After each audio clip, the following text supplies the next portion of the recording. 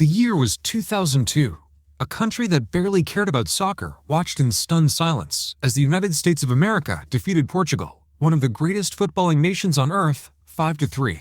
Not a friendly, not a fluke, a World Cup group stage game, and almost nobody remembers it.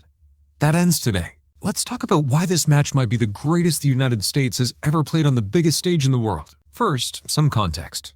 Because without context, a scoreline is just numbers. Portugal in 2002 was not your average team. They had Luis Figo, arguably the best player on the planet at that moment. They had Rui Costa, a magician with the ball. They had João Pinto. They were ranked 5th in the world. The United States? Ranked 13th. On paper, this should have been a comfortable Portuguese win. On paper. Here's where it gets interesting.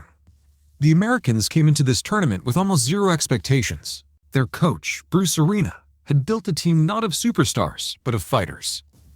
Organized, physical, disciplined fighters. Players like Claudio Reyna, Brian McBride, Landon Donovan, and a goalkeeper named Brad Frettel, who was about to have the game of his life. This wasn't a collection of household names. This was a group of guys who had something to prove to the entire planet. The match kicked off, and almost immediately, Portugal looked like the better team. Technically superior, more composed, moving the ball with the kind of confidence that comes from knowing you're supposed to win. Then João Pinto got sent off. Red card. Early. Very early. Portugal down to 10 men against the United States, team that had been quietly waiting for exactly this kind of opening. In theory, being a man up should make things comfortable. In practice, it made the Americans dangerous. They didn't sit back. They attacked. Brian McBride had already scored before the red card. John O'Brien, a player most casual fans have never heard of, was putting on a midfield masterclass. And then the goals just kept coming. 3-0. The Portuguese faithful couldn't believe what they were watching. Neither could the Americans back home, most of whom had stumbled onto the broadcast by accident. Portugal pulled 2 back in the second half, which is where the narrative could have completely unraveled. This sounds simple. It isn't. Holding a lead against a wounded, talented, desperate team is one of the hardest things in football. Momentum shifts. Nerves appear. Legs get heavy. The Americans held on.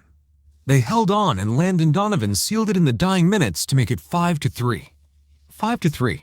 Now, is this the greatest United States World Cup match ever? Some people will argue for the 1950 upset of England, which is genuinely one of the most shocking results in football history. Others might point to the 2010 Algeria match, where Landon Donovan scored in stoppage time to send the country into a brief but beautiful frenzy. Both are legitimate answers.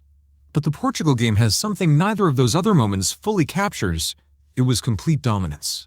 Against a top 5 nation, at the peak of their powers, with the world watching. This wasn't a lucky goal and a desperate defense.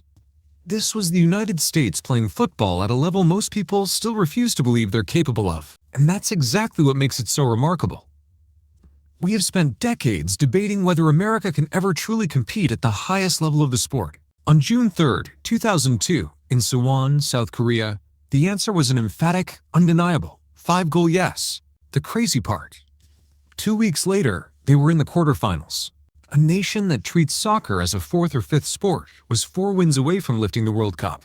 Think about that the next time someone tells you the United States doesn't belong on the world stage. Football has a way of humbling the arrogant and rewarding the prepared. In 2002, Bruce Arena's team was the most prepared group of underdogs in the tournament.